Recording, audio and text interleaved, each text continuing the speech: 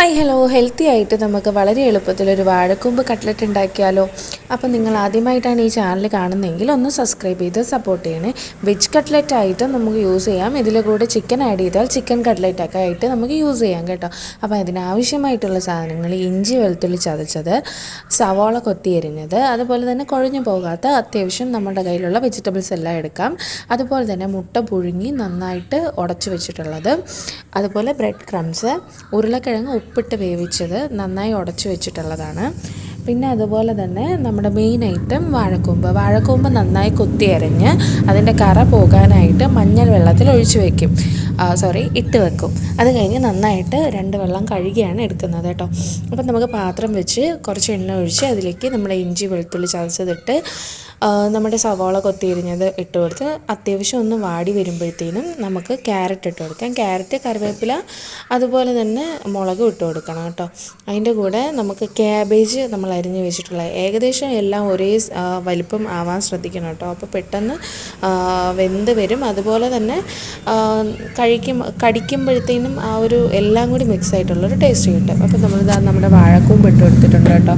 മറ്റെല്ലാ വെജിറ്റബിൾസും ഇട്ട് കൊടുത്തതിന് ശേഷം, അതായത് ക്യാരറ്റും ക്യാബേജും ഇട്ട് കൊടുത്തതിന് ശേഷമാണ് വാഴക്കൂമ്പ് ഇട്ട് കൊടുക്കുന്നത്.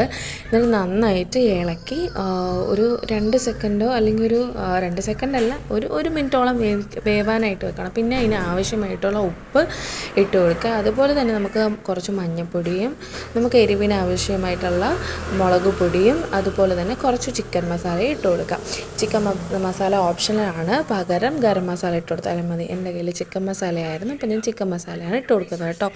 അപ്പോൾ ഇത് ഇത്രയും ഇട്ട് കൊടുത്ത് നന്നായിട്ട് ഇതുപോലെ അതിൽ ചെറിയ ചെറിയ വെള്ളങ്ങളൊക്കെ വറ്റി നന്നായിട്ട് വെന്ത് വരുന്നത് പോലെ ഇത്ര പോരും ഇങ്ങനെ നമ്മൾ വഴറ്റിയെടുക്കണം. അതിന് ശേഷം നമ്മൾ മുട്ട വേവിച്ച് നന്നായിട്ട് സ്മാഷ് ചെയ്ത് വെച്ചേക്കുന്ന മുട്ട നമ്മളിതിലേക്ക് ഇട്ട് കൊടുത്തു നന്നായിട്ട് മിക്സ് ചെയ്യുന്നുണ്ട് കേട്ടോ.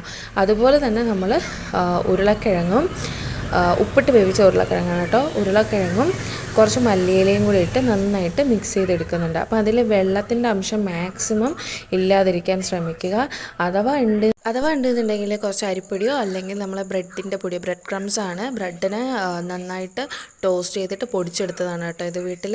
അപ്പം ഞാൻ കുറച്ച് ബ്രെഡ് ക്രംസ് ആണ് ഇതിൽ ആഡ് ചെയ്ത് കൊടുക്കുന്നത്. എന്നിട്ട് നന്നായിട്ട് അതായത് ഇതിൽ കാണുന്ന പോലെ നമുക്ക് കുഴച്ചെടുക്കാൻ പരുവത്തിന് നന്നായിട്ട് മിക്സ് ചെയ്തെടുക്കുക. എന്നിട്ട് നമ്മൾ കയ്യിൽ വെച്ച് തന്നെ നന്നായിട്ട് പരത്തിയെടുക്കുക. ഞാൻ കുറേ പരത്തി എടുത്തിട്ടുണ്ടായിരുന്നു, പിന്നെ കുറച്ച് ബോൾസ് ആക്കി എടുത്തിട്ടുണ്ടായിരുന്നു. പിന്നെ ഒരു 2 മുട്ട നന്നായി പതപ്പിച്ചെടുത്തിട്ടുണ്ട്. പിന്നെ അതായത് ബ്രെഡ് ക്രംസ് ആണ്.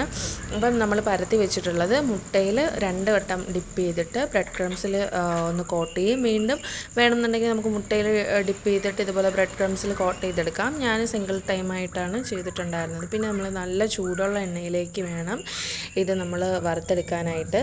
അപ്പോൾ നമ്മളിതിങ്ങനെ ഞാനിപ്പം ദോശക്കല്ലുമേലാണ് വെച്ചിട്ടുള്ളത്. ഇതിൻ്റെ കൂടെ ടൊമാറ്റോ കെച്ചപ്പായിട്ട് നമുക്ക് സെർവ് ചെയ്യാം. ഇല്ലാന്നുണ്ടെങ്കിൽ അതുപോലെ തക്കാളി ചട്നി ആയിട്ടും സെർവ് ചെയ്യാം.